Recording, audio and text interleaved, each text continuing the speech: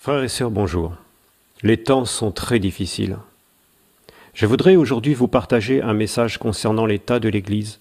Jésus revient très bientôt, frères et sœurs. Mais avant de commencer ce message, je voudrais d'abord prier.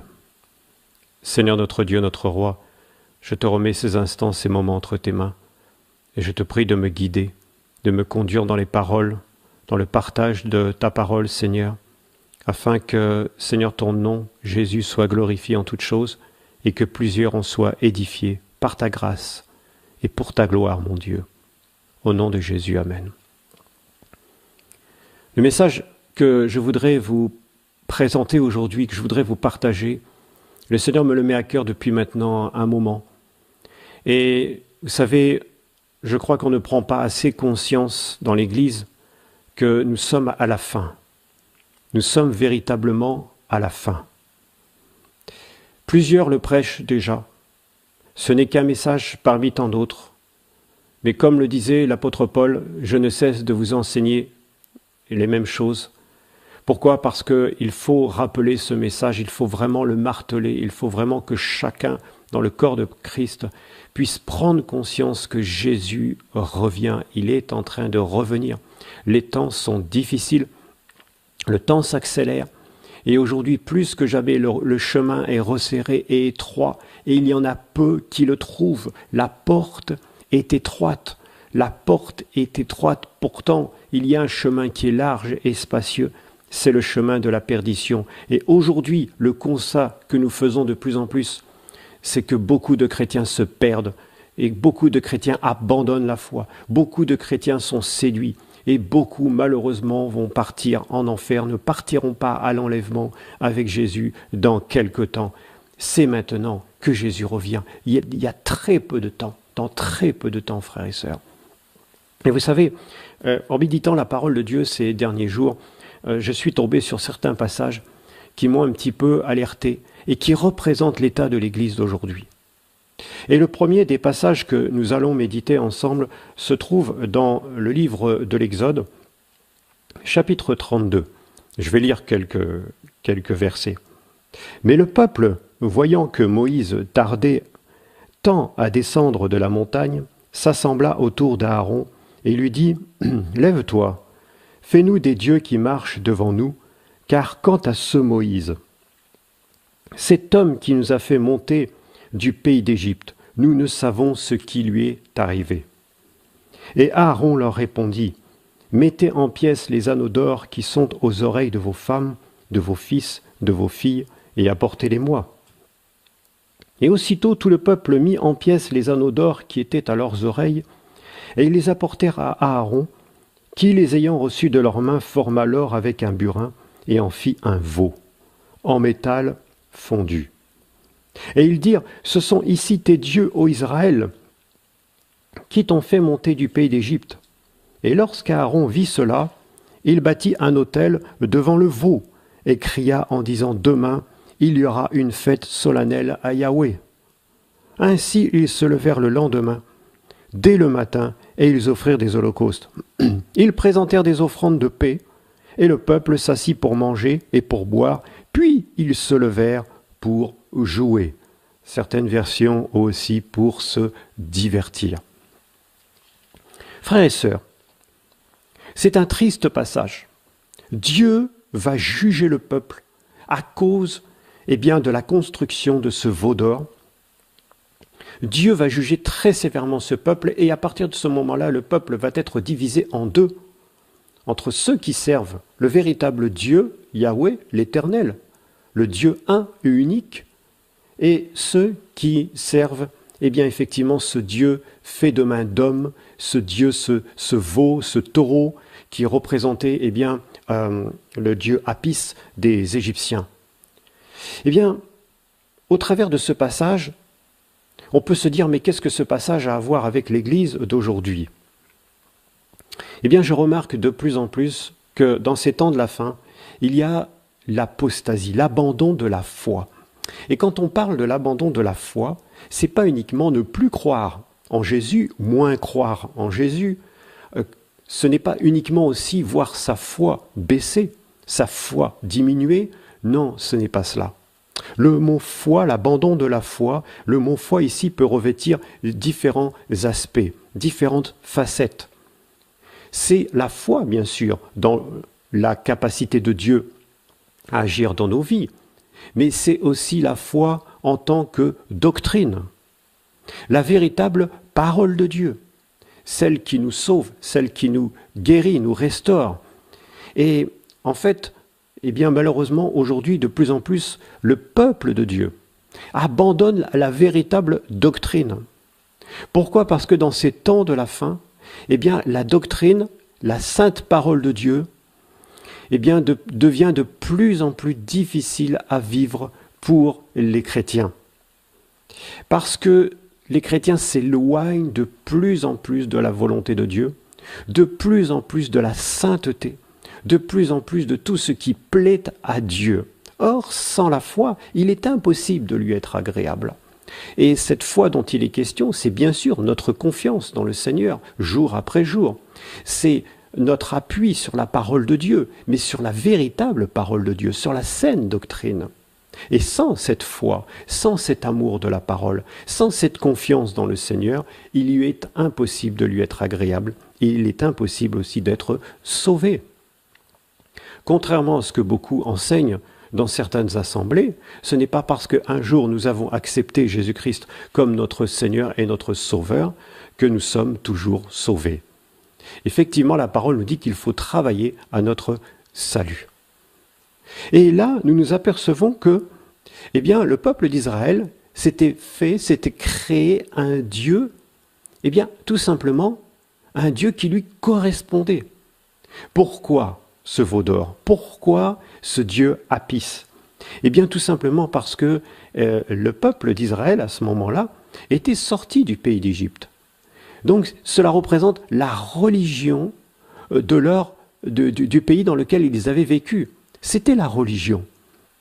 C'était un Dieu eh bien, qu'ils connaissaient. C'était quelque chose qui les rassurait quelque part. Pourquoi ? Eh bien, parce que ce Dieu n'était pas un Dieu vivant. Ce Dieu n'était pas un Dieu rempli d'exigences de sainteté. Non, c'était un Dieu qui laissait à l'homme la possibilité de faire ce qu'il désirait, ce qu'il voulait. Le Dieu Apis, en Égypte, représente le Dieu de la fertilité, de la sexualité, entre autres. Donc ça veut dire que ce Dieu a été choisi en fonction eh bien, des tendances charnelles de ce peuple. Ce peuple s'est fait un Dieu à son image. Frères et sœurs, aujourd'hui, le problème de l'Église, si l'apostasie frappe l'Église d'aujourd'hui, c'est tout simplement parce que les chrétiens se fabriquent un Dieu à leur image, selon leur ressemblance à eux. Ce n'est pas l'inverse. C'est l'inverse que Dieu a voulu. C'est l'inverse que Dieu a désiré. C'est l'inverse que Dieu a mis en place lorsque, eh bien, il a créé l'homme. Il a créé l'homme à son image, selon sa ressemblance. Et lorsqu'il nous est dit à son image, selon sa ressemblance, eh bien, nous savons qu'il nous parlait, eh bien, de la personne de Jésus-Christ. Or, ici, on s'aperçoit que, eh bien, ce peuple, eh bien, et tout simplement avait désobéi à la volonté de Dieu et s'était tourné vers Aaron en lui disant « Écoute, Aaron, ce Moïse-là qui est monté sur la montagne, nous ne savons ce qui lui est arrivé. Nous ne le voyons plus. » Et ce Moïse monté sur la montagne représente tout simplement notre Dieu Jésus qui, eh bien, s'en est allé nous préparer une demeure. Et il nous a promis son retour. Et pour beaucoup, son retour tarde. Et beaucoup disent « Oh, est-ce que Jésus reviendra de toute manière? C'est pas pour maintenant. J'ai le temps de faire ceci, j'ai le temps de faire cela. » Et donc, on commence petit à petit à s'impatienter. Et là, le peuple a fait pression sur Aaron. Regardez comment le peuple est capable de faire pression sur les serviteurs de Dieu. Regardez comment le peuple est capable de faire pression sur des responsables d'assemblée, sur des anciens, etc. Tout simplement pour que, eh bien, ils puissent adorer, qu'ils puissent élever et qu'ils puissent se tourner vers le Dieu qui correspond à leur propre volonté. Frères et sœurs, c'est ce qui se passe aujourd'hui dans les assemblées. Le peuple fait pression. Et c'est pour cela qu'aujourd'hui, beaucoup de pasteurs, beaucoup d'assemblées, beaucoup de responsables d'assemblées, d'anciens, etc., capitulent devant la pression du peuple et commencent petit à petit à élever un Dieu qui n'est pas le Dieu de la parole, qui n'est pas le Dieu vivant et vrai, Jésus-Christ de Nazareth, avec toute sa sainteté, sa justice et son amour. Il y a une lâcheté de la part de beaucoup de serviteurs de Dieu, tout simplement parce que le peuple fait pression. Dès qu'on commence à prêcher la sainteté, dès qu'on commence à prêcher la vérité, la justice, le peuple commence à se détourner, le peuple commence à murmurer, le peuple commence à menacer. Et c'est pour cela qu'aujourd'hui, eh bien, beaucoup baissent les bras et ne veulent plus prêcher la vérité de la parole de Dieu dans son entièreté, dans sa pureté, avec rigueur, avec fermeté, dans l'amour, mais avec fermeté, frères et sœurs. Aujourd'hui, cette parole de Dieu, la parole de Dieu, aujourd'hui, malheureusement, elle est édulcorée. On la détourne. On réduit la rigueur de la parole de Dieu, la justice de la parole de Dieu, la vérité de la parole de Dieu, afin de l'adapter au peuple. Frères et sœurs, le constat est alarmant, le constat est triste. Jésus ne revient pas chercher cette église-là. Jésus revient chercher une église qui est restée fidèle à la parole, une église qui est restée intègre, une église qui est restée loyale à son roi, à son Dieu, et non pas une église lâche, une église faible, une église qui s'est détournée de la vérité, une église qui a fait pression sur ses responsables, sur les serviteurs, afin qu'ils leur prêchent autre chose. Un jour, je suis entré dans une assemblée et c'était à l'île de la Réunion. Et je me souviens d'avoir discuté avec le pasteur qui m'avait demandé d'intervenir dans son assemblée pour prêcher la parole. Et là, j'ai été choqué de voir que dans l'assemblée, eh bien, il y avait des tenues légères, des tenues provocantes de la part de sœurs. De beaucoup de sœurs, pas une, deux, trois, non, beaucoup. C'est quelque chose qui était installé. Et quand je me tenais là, au pupitre pour pouvoir annoncer la parole, le message, eh bien je ne pouvais pas regarder en étant à l'aise, je ne pouvais pas regarder le peuple en étant à l'aise, tout simplement parce qu'il y avait des choses qu'on ne pouvait pas voir, des choses qui étaient choquantes dans les tenues. Alors je suis allé voir le pasteur en question et je lui ai dit, écoute, il y a un problème dans cette assemblée. Il me dit quoi? Il me dit, mais tu as vu la tenue des sœurs, tu as vu, c'est impossible de se tenir devant et de prêcher la parole sans voir ces choses. Et je dis, mais tu acceptes cela? Il m'a dit, mais Bruno, tu sais, si je commence à parler, j'ai déjà essayé, si je commence à parler, le peuple s'en va. Le peuple part. Vous vous rendez compte, frères et sœurs, l'état de l'Église aujourd'hui? Et encore, l'exemple que je vous donne, ce n'est rien à comparer de ce que l'on voit tous les jours. Ce pasteur avait la crainte de voir partir le peuple. Pourquoi? Tout simplement parce que, eh bien, ce peuple apportait un impôt, payait un impôt qu'on appelle la dîme. Et cet impôt pouvait payer le salaire du pasteur.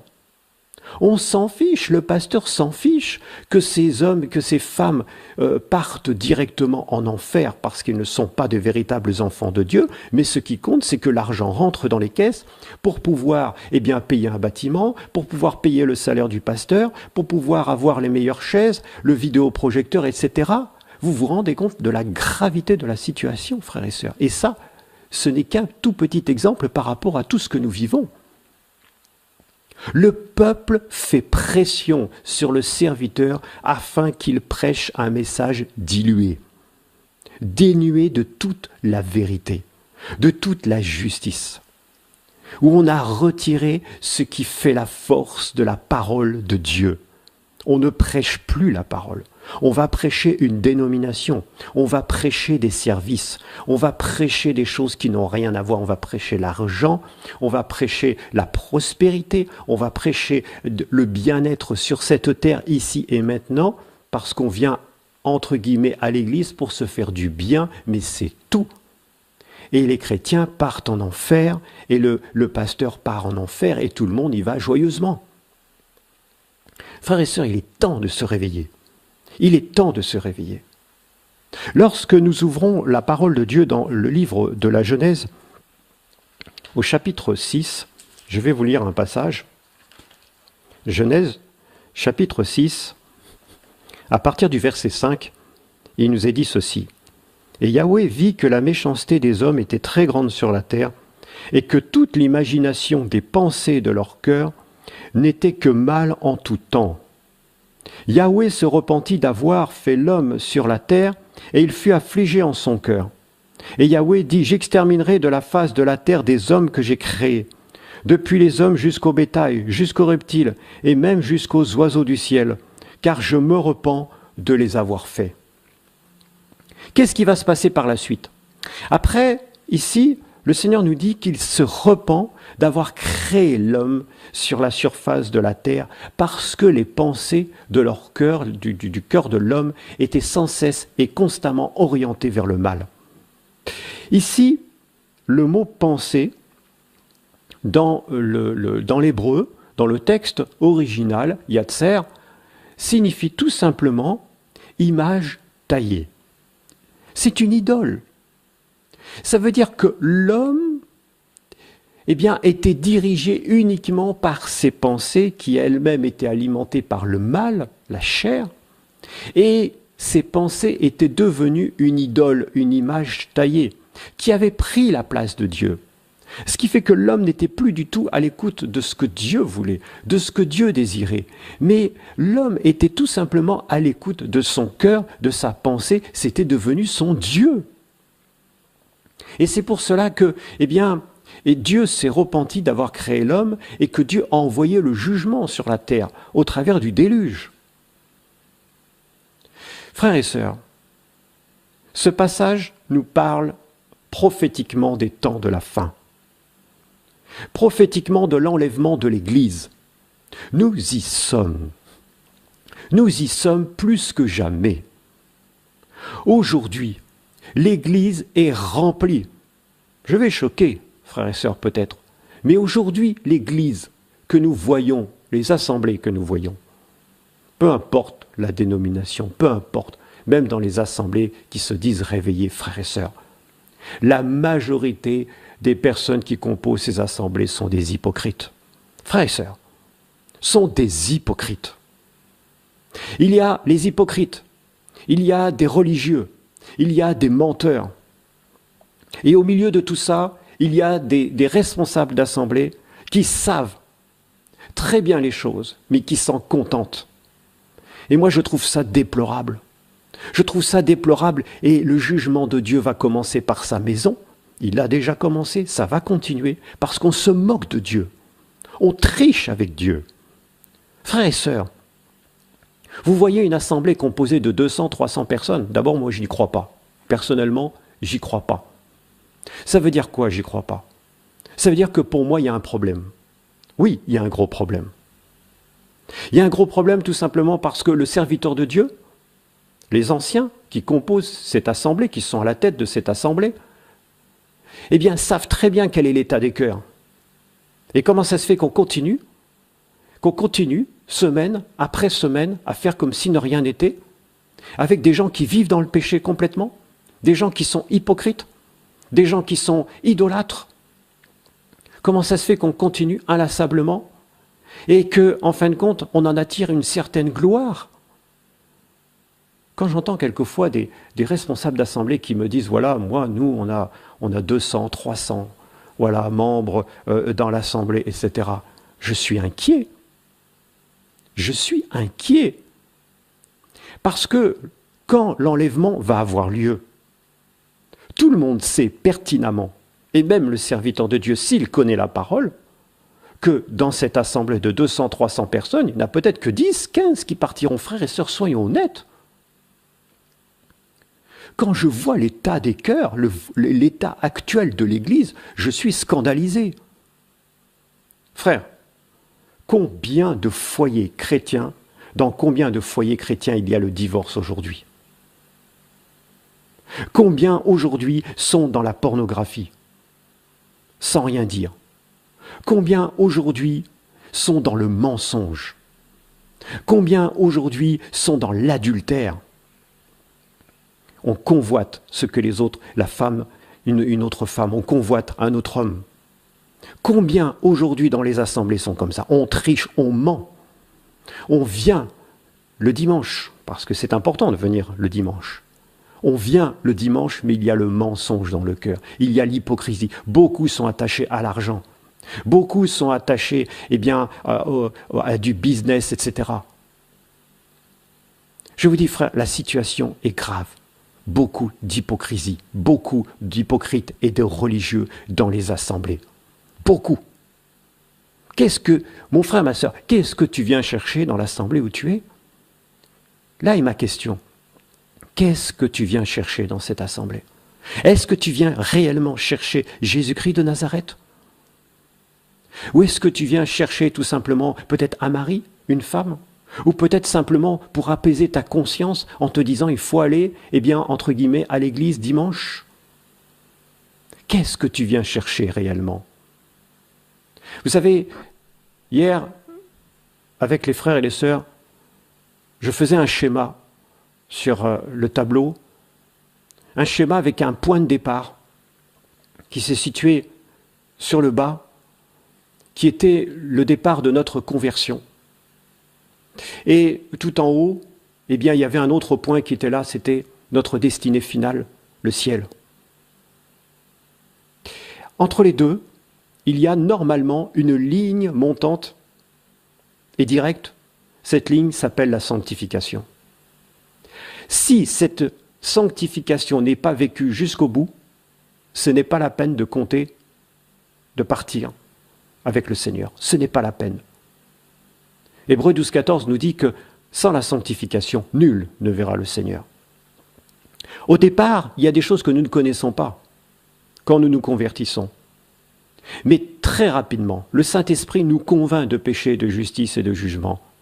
Ce qui fait que ce que nous avons besoin de savoir et de connaître pour être sauvés, pour continuer notre chemin, notre route, nous l'apprenons. Jour après jour avec le Seigneur. C'est de notre responsabilité, mon frère, ma soeur. C'est ta responsabilité d'être connecté avec le Seigneur, de savoir ce qu'il attend de toi, de savoir ce qu'il veut pour ta vie, de savoir ce qu'il y a en toi à corriger, à rectifier. Le Seigneur le fait. Il est juste et fidèle. Ce qu'il dit, il le réalise. Ça veut dire que si dans sa parole, il nous dit qu'il nous convainc de péché, de justice et de jugement, ça veut dire qu'il le fait. Or, beaucoup ont cautérisé leur conscience. Ils ont brûlé leur conscience. Ce qui veut dire que leur conscience, qui était reprise par rapport au péché, petit à petit, ils ont fait taire cette conscience que l'Esprit de Dieu réveillait. Ils l'ont fait taire au point qu'elle a été ce qu'on appelle cautérisée, brûlée au fer rouge. Elle est devenue insensible. Ce qui fait que sur ce chemin de sanctification qui monte jusqu'au ciel, qui monte jusqu'à notre destination finale, le salut éternel, ce qui fait que, sur ce chemin, malheureusement, il y a des embûches. Beaucoup arrêtent et rechutent. C'est une montagne. Ce qui fait que s'il n'y a pas l'effort pour monter, un effort de sanctification perpétuel et régulier, linéaire, s'il n'y a pas cet effort de sanctification, à un moment ou à un autre, nous retombons dans nos péchés, dans nos anciens péchés. Et notre condition devient pire qu'avant. Et je disais aux frères et sœurs, il y en a beaucoup qui sont partis là, sur ce point-là, qui ont commencé et qui ont arrêté. Pourquoi ? Pourquoi? Parce que la parole devient difficile, parce qu'il y a une exigence de la part de Dieu et parce qu'il y a des choses à régler sur notre parcours que beaucoup ne veulent pas régler. Beaucoup ne veulent pas régler leur vie. Alors qu'est-ce qu'ils font? Ils s'arrêtent. Ils s'arrêtent. Ça veut dire qu'à un moment donné, ils disent « Oh, c'est bon là, j'en ai trop fait ». Et on va commencer à pointer du doigt le serviteur qui va leur prêcher cette vérité. On va dire oui, le frère, ou voilà, ça va trop loin, c'est bon, j'ai fait ça, c'est bon, je m'arrête là. Ils ne comprennent pas que ce n'est pas à un frère qu'ils désobéissent, mais à Dieu. C'est ça l'hypocrisie de l'Église. Nous devons, frères et sœurs, nous devons nous remettre en question et comprendre que le chemin est long. Même si le temps est court, avant le retour de Jésus, le chemin est long. Le chemin de notre sanctification, le chemin de l'abandon du péché, le chemin de l'abandon de la chair est long et difficile. C'est pour cela qu'il ne faut pas baisser les bras. Il ne faut pas refuser l'Évangile. Il ne faut pas refuser la parole de Dieu telle qu'elle est parce qu'elle est difficile et mettre la pression aux serviteurs, aux anciens, aux pasteurs, peu importe, afin qu'ils diluent le message parce que cela nous paraît trop difficile. Non, c'est à nous de nous plier à l'exigence de Dieu. Parce que l'Évangile de Jean nous dit que nous serons jugés par la parole. C'est cette parole qui va nous juger, au final. Donc si cette parole n'est pas notre guide, notre notice d'utilisation en tant qu'enfant de Dieu, eh bien ça veut dire que nous serons jugés très sévèrement parce que nous n'aurons pas suivi les explications, la volonté de notre Dieu qui a écrit cette notice. Beaucoup ne continuent plus à suivre ce processus de sanctification. Pourquoi ? Eh bien, tout simplement parce que certains sont liés, non pas au Seigneur, mais à des hommes.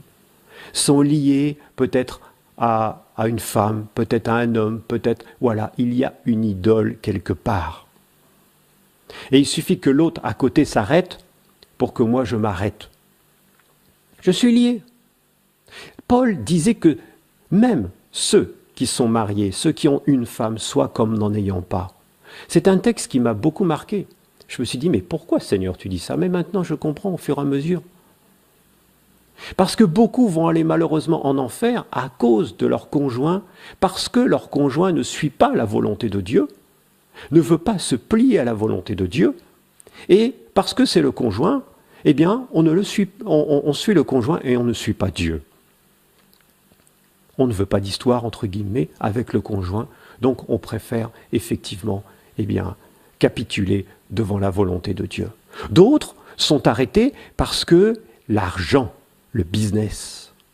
Frères et sœurs, je voudrais attirer votre attention. Paul nous dit dans l'épître à Timothée, la première à Timothée chapitre 6, que l'argent est la racine de tous les maux et que plusieurs sont tombés dans des pièges à cause de l'argent. L'argent est un moyen, mais n'est pas un objectif, n'est pas un but. À partir du moment où tu commences à tomber dans du business, où tu veux t'enrichir, aller de plus en plus loin, à gagner de plus en plus d'argent, ça veut dire que tu es tombé dans ce piège. Et à un moment ou un autre, tu vas tomber dans d'autres pièges. Le piège des femmes, si tu es un homme, ou vice-versa. La compromission, le mensonge.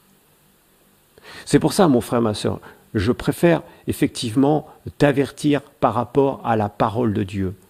Si tu es pris dans les filets de l'argent, dégage-toi. Dégage-toi. Et il faut aujourd'hui, frères et sœurs, c'est le temps de se dégager. C'est le temps de régler les choses. Je parlais aux frères et sœurs encore hier soir, j'en disais maintenant il faut régler les choses, il faut tout régler. Il ne faut rien laisser traîner, il faut tout régler. C'est le temps de tout régler, frères et sœurs. C'est le temps aujourd'hui où on crie. Et même si ma voix est posée, mais je crie. Pourquoi je crie? C'est parce que malheureusement, on est obligé d'aller à l'encontre de la parole qui est prêchée généralement. Aujourd'hui, la parole qui est prêchée, c'est « fais-toi du bien, tout va bien, Dieu est amour, t'inquiète pas, il t'aime, t'inquiète pas, tu vas le servir, tu vas avoir une belle maison, etc. » C'est pas ça la parole de Dieu. La parole de Dieu, c'est pas ça, frères et sœurs. La parole de Dieu nous invite à la sanctification, nous invite à la consécration, nous invite à l'adoration, nous invite à la vérité, à la justice, à la sainteté. Dieu est saint. Dieu est saint. Et nous sommes saints par vocation. Nous sommes saints parce que nous sommes le temple du Saint-Esprit. Je ne peux pas faire cohabiter dans ce temple le péché, la chair, mes ambitions personnelles avec la volonté de Dieu. Ce n'est pas possible. Ce n'est pas possible. Nous sommes dans ces temps de la fin où il devient très difficile d'avoir de la bonne nourriture. Oui, frères et sœurs, très difficile. Et si tu ne sais pas où chercher ta nourriture, ne va pas sur Internet, ne va pas à droite, à gauche, pour aller je ne sais où, essayer de te nourrir de serviteurs dont les noms sonnent bien, peut-être que tu connais le nom. Non, non, non, non. Laisse-toi conduire par le Seigneur. Si tu aimes la vérité, Dieu va te conduire. Dieu va te conduire vers de véritables enseignements basés sur la parole de Dieu. Dieu va te conduire sur des serviteurs, des servantes qui vont t'enseigner, qui vont te parler de la part du Seigneur, qui vont te guider. Dieu va te conduire. Mais ne va pas à droite, à gauche, sur Internet, partout. Non, c'est là que nous risquons encore aujourd'hui de nous perdre.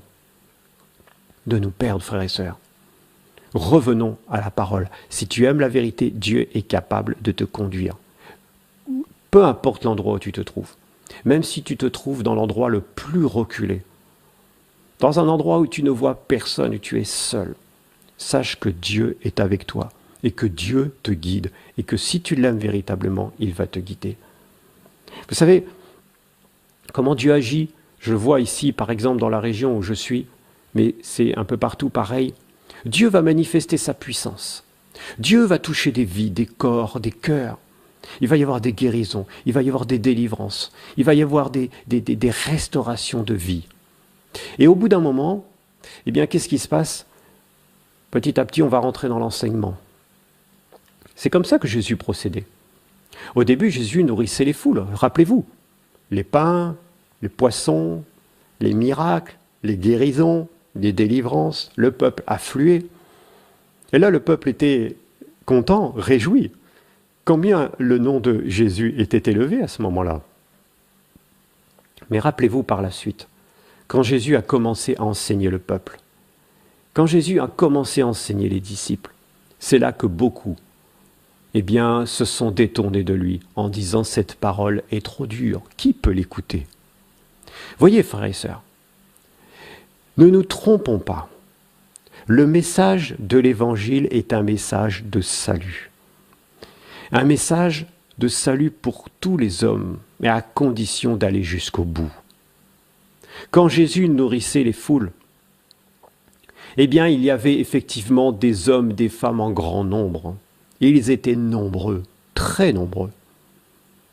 Mais à la croix, combien restait-il de ces personnes au pied de la croix? Toutes les personnes qui ont été nourries par Jésus, ce sont elles qui ont crié « Crucifie-le, crucifie-le ». Et au pied de la croix, il n'y était pas. Frères et sœurs, si véritablement tu es appelé à prêcher la parole autour de toi, et que la parole que tu vas prêcher, c'est la croix, le renoncement aux œuvres mortes, le salut par la grâce et par la foi. Si réellement c'est ce message que tu prêches, alors sache une chose, c'est que tu ne trouveras plus personne devant toi. Les gens vont fuir. C'est pour ça que je ne crois plus en ces grandes assemblées. Ça veut dire qu'à un moment ou à un autre, on a cessé de prêcher véritablement la croix. On a cessé d'avoir cette exigence de la croix. On a cessé d'avoir l'exigence de s'entourer, de prier, de collaborer avec des personnes qui aiment véritablement Jésus au point de se sanctifier. Moi, je n'accepte plus, frères et sœurs, de collaborer avec quelqu'un qui vit dans le péché.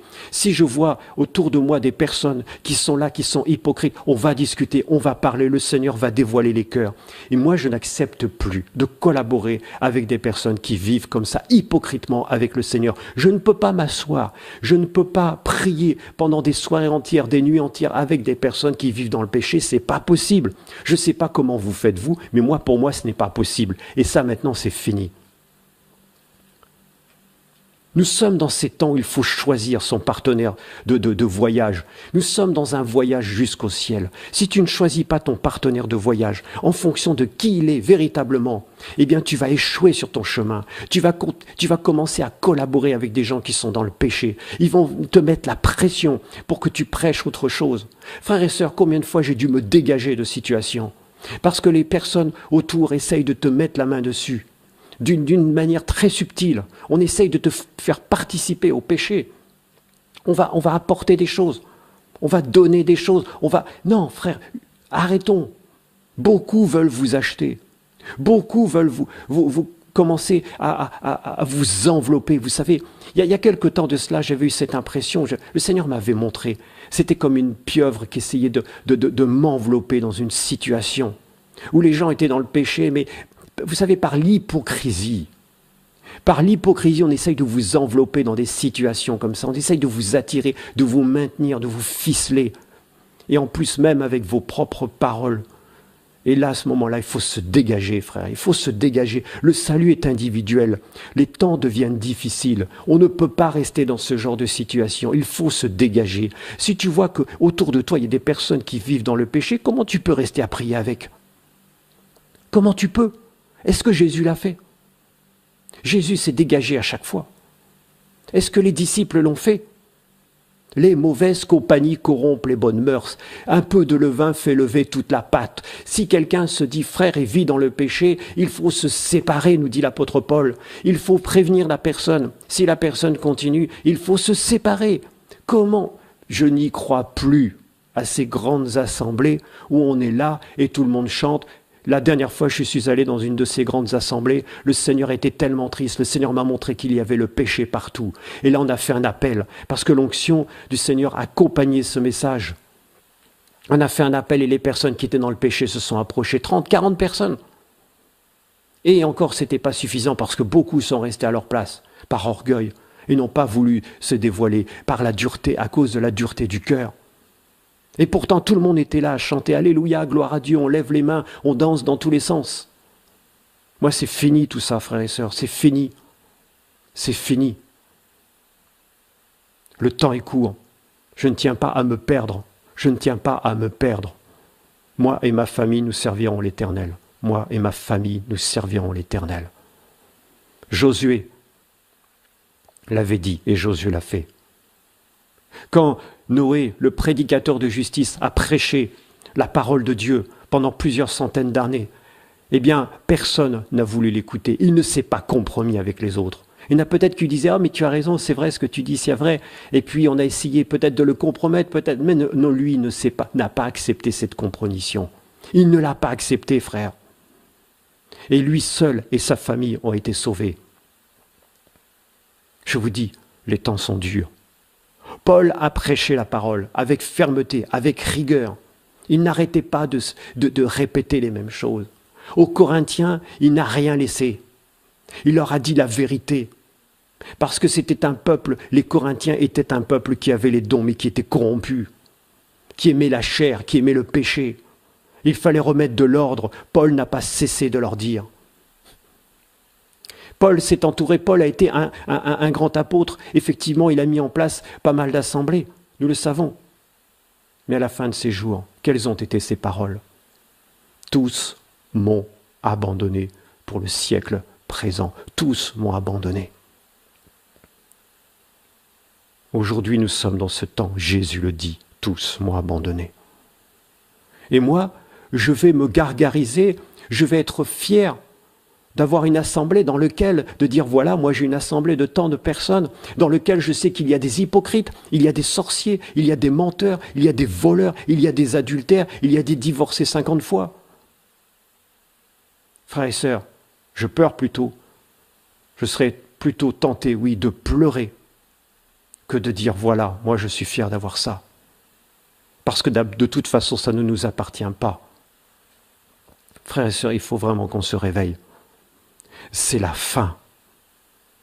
C'est la fin.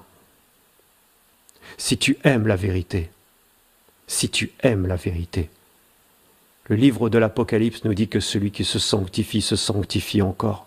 Sanctifie-toi, mon frère. Jésus n'aime pas les tièdes. Il les vomit de sa bouche. Aujourd'hui, nous sommes en plein dans l'église de Laodicée. Nous sommes en plein dans ces églises de compromis, dans ces églises de tiédeur. C'est la légèreté, c'est la vulgarité. Vous avez vu les tenues qu'il y a dans les assemblées, frères et sœurs. Et vous pouvez prier, vous pouvez vous asseoir pour prier, pour partager des projets. Frères et sœurs, il faut prêcher la parole. Et les chrétiens restent comme ça. En plus, il y a de l'hypocrisie. Non, je crois que Nous sommes arrivés à un point où on ne peut plus accepter cela. On devient, le terme n'est peut-être pas très approprié, mais on devient peut-être un petit peu sauvage. Pourquoi ? Parce qu'on ne veut plus accepter la compromission. On ne veut plus accepter la compromission. L'Église est dans un tel état, mais dans un tel état. Il n'y a pas longtemps encore, je suis allé rencontrer des chrétiens de différentes dénominations, des pentecôtistes, baptistes, etc. Peu importe les dénominations. Et vous savez, je me suis rendu compte que pratiquement tous sont dans des situations qui sont loin de glorifier le Seigneur. Des personnes qui se disent chrétiennes. Et je crois que ce qui me marque le plus aujourd'hui, c'est les situations de couple. C'est une catastrophe. Une catastrophe.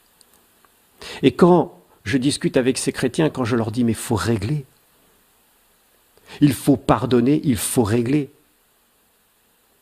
Il faut même quelquefois revenir en arrière pour aller voir les personnes que nous avons blessées. Et il faut demander pardon. Il faut restaurer la relation. Et si tu as pris quelque chose à quelqu'un, il faut lui restituer. Si tu as volé, il faut restituer. Si tu as triché, il faut restituer. Si tu as triché avec l'administration française, il faut restituer. Quand je commence à dire ça, les gens commencent à nous tourner le dos. Ils ne veulent plus nous voir, ne veulent plus nous entendre. Mais c'est plus nous qu'ils rejettent. C'est la parole de Dieu qui les jugera. Ne te dis pas chrétien. Arrête de te dire chrétien si tu vis comme cela. C'est pas la peine. Tu fais honte au Seigneur. Tu fais honte à l'Église, à la véritable Église. Quel scandale! Il y a quelques jours de cela, j'ai fait un songe. Je vais vous expliquer le songe que j'ai fait. Je me retrouvais dans une sorte de grand stade, comme un grand stade. Il faisait nuit, très sombre. Et la seule chose que je voyais devant moi, c'était des écrans géants qui faisaient le tour, tout autour, 360 degrés, d'écrans géants. Ce qui fait que je ne voyais pas autre chose que ces écrans.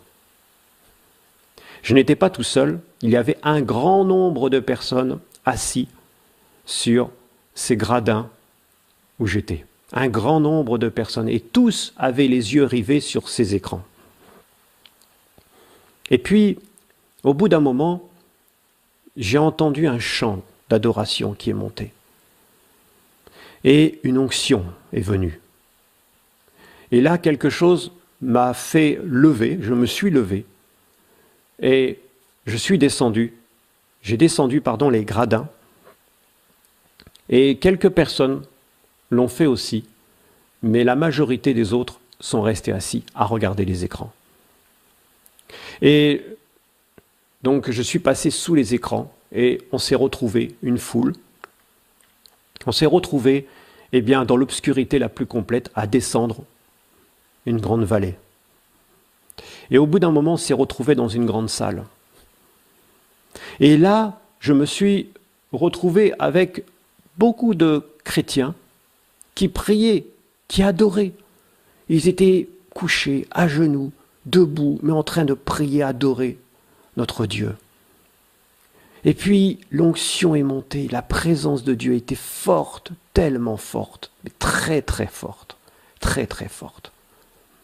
Et un chant a commencé à monter, petit à petit, un chant que peut-être beaucoup d'entre vous connaissent. C'est ce chant qui dit « Oh, prends mon âme, prends-la, Seigneur ». Et ce chant est monté, monté, monté. Et je sentais vraiment la présence de Dieu sur moi. Et je me suis réveillé. Et quand je me suis réveillé, j'avais les yeux qui pleuraient, les yeux qui pleuraient. Et l'onction était encore dans la chambre, très forte, très forte. Et là, je me suis mis à genoux. J'ai commencé à prier mon Dieu. J'ai commencé à adorer mon Dieu, etc. Et au bout d'un moment, quand j'ai repris un peu mes esprits, j'ai posé la question au Seigneur, je lui ai dit, explique-moi. Il m'a dit, tu vois, ces écrans géants, c'est le monde. Je veux réveiller l'Église. Mais malheureusement, les chrétiens sont aveuglés par le monde. Il n'y a que le monde devant eux. Ils n'ont pas de regard pour ce qui est dans le ciel. Ils n'ont pas d'attente pour ce qui est dans le ciel. Ils n'ont d'attente que pour ce qui est dans le monde. Leur confort, leur projet, leur mariage, leur bien-être, leur famille, leur retraite. Il n'y a que cela dans le cœur des chrétiens. Ils ne voient que par le monde et pour le monde. Ils n'ont aucune vision, aucune. Ils sont complètement aveuglés par le monde. Ces écrans étaient brillants, très brillants dans la nuit, ce qui fait que ça aveuglait complètement. Il m'a dit c'était la nuit parce que quand je reviens, il est minuit. Et je lui ai demandé, mais qui étaient ces personnes dans cette grande salle et qu'est-ce que c'était que cette grande salle? Il m'a dit, cette grande salle, c'est l'Église véritable, elle est invisible. C'est pour cela que, eh bien, toutes ces personnes qui se disent chrétiennes, qui étaient assis dans les gradins, étaient incapables de voir cette Église. Ils étaient incapables. Et cette Église, eh bien, elle est là, mais elle est dans l'obscurité, parce que, effectivement, le retour de Jésus, ce sera à minuit. Et à l'horloge de Dieu, nous sommes à minuit moins 2, moins 1, frères et sœurs. Et les chrétiens qui étaient là, j'ai vu des chrétiens, et en esprit, je comprenais qu'il y avait des chrétiens qui étaient de différentes dénominations, qui étaient...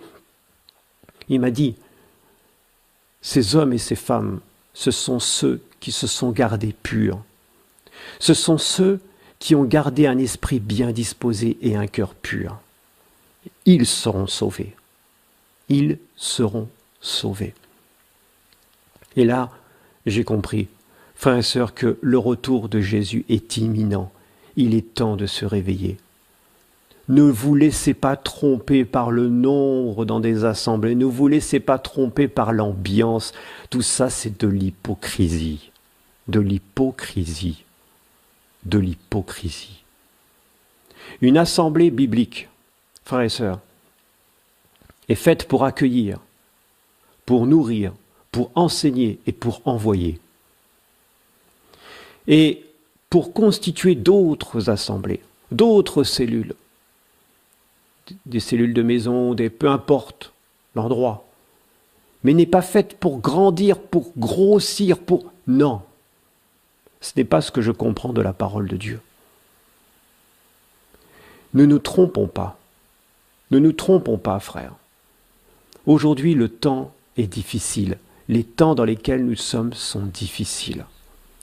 Ce n'est plus le moment de rejeter la sanctification, la crainte de Dieu. Règle ce qu'il y a à régler, frère. Règle-le. Règle-le. Règle ta situation. N'attends pas. N'attends pas.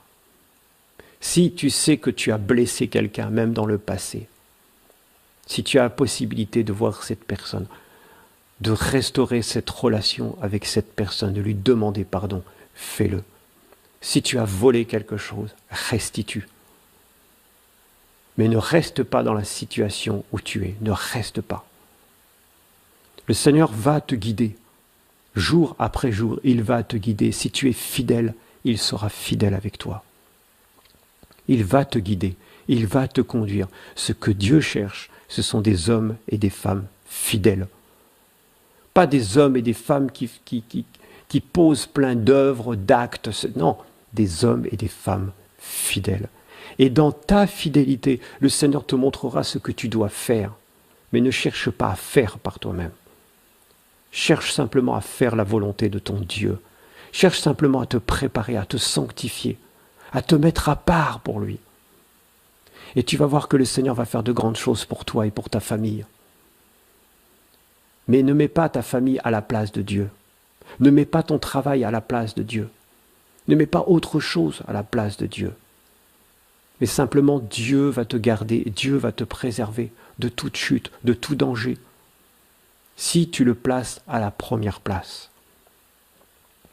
Vous savez, frères et sœurs, aujourd'hui, je ne peux plus m'empêcher de crier. Je ne peux plus m'empêcher de dire les choses. Il y a un temps pour tout. Les religieux ne pourront pas tenir dans la présence de Dieu. Le chemin de Dieu n'est pas un chemin qui est rectiligne. Le chemin de Dieu est un chemin qui a des virages. Et dans ces virages, il y a des virages qui sont vraiment très prononcés, très difficiles, comme des virages de montagne. Et à chacun de ces virages, les religieux partent dans le décor, frères et sœurs. Ce sont ceux qui ne sont pas à l'écoute de la parole de Dieu. Ce sont ceux qui ne sont pas capables de se remettre en question. Ce sont ceux qui ne font pas preuve de souplesse entre les mains de Dieu. Ne fais pas partie de ces religieux. Plie les genoux devant Dieu. Ce que tu as su avant, ce que tu as connu avant, ce que tu as vécu avant, c'est bien. Mais sache que le chemin de Dieu est toujours renouvelé. Jour après jour, il est renouvelé pour toi. Sa parole ne change pas. La vérité de Dieu ne change pas. Sa nature ne change pas. Mais le chemin qu'il a pour nous est un chemin sinueux. Ce n'est pas un chemin rectiligne. Ne nous trompons pas. Donc ça veut dire qu'il faut se préparer à tourner à droite, à gauche, de manière... Il faut toujours être réveillé. Parce que si on commence à s'endormir, c'est là qu'on ne voit plus justement les changements de direction. Soyons réveillés. Réveillons-nous dans ces temps de la fin. Et choisissons qui est notre Dieu. Est-ce que c'est un Dieu que nous voulons nous fabriquer à notre image, selon notre chair?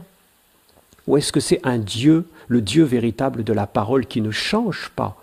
C'est nous qui devons nous adapter à lui et pas l'inverse. Paul, dans le livre des Actes, au chapitre 20, a prévenu les anciens d'Éphèse en leur disant « Je sais qu'après mon départ, il s'introduira parmi vous des loups qui enseigneront des choses dangereuses, pernicieuses. » Eh bien, c'est ce qui s'est passé. Et le peuple les a suivis. Pourquoi? Parce que ces choses pernicieuses, c'était des choses qui plaisaient à la chair. Et un peu plus tard, dans la première épître à Timothée, eh bien, Paul disait comme ça à Timothée, il lui dit, eh bien, il viendra un temps où les hommes ne supporteront plus la saine doctrine, mais ayant la démangeaison d'entendre des choses agréables, ils se tourneront vers les fables. Les hommes cherchent des enseignants, des pasteurs, des docteurs, qui leur prêchent des choses agréables. Voyez, frères, ne soyons pas de cela. Le chemin est difficile, le chemin est rude, mais restons dans ce chemin. Parce que la souffrance du temps présent n'est rien comparée à la gloire à venir. Et cette gloire sera merveilleuse, magnifique. Nous serons toujours dans la présence de Dieu, toute l'éternité, mon frère, ma sœur, toute l'éternité dans sa présence. Ça vaut le coup de souffrir ici et maintenant. Ça vaut le coup.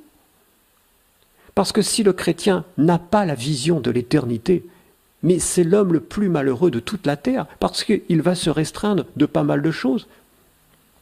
Et ça ne servirait à rien. Donc, frères et sœurs, si nous nous sommes engagés avec le Seigneur, engageons-nous jusqu'au bout. Et surtout, sanctifions-nous. Ne soyons pas comme les chrétiens de l'église de Laodicée, ou d'autres qui ont perdu leur premier amour, comme l'église d'Éphèse. Non. Eh bien, raffermissons notre pas, notre marche, raffermissons notre foi, qu'elle soit vraiment centrée, concentrée sur la parole du Seigneur en ces temps de la fin. Je veux vraiment vous bénir dans le nom de Jésus, vous qui écoutez cette parole, et qu'elle puisse vous encourager à marcher toujours dans la vérité. Amen.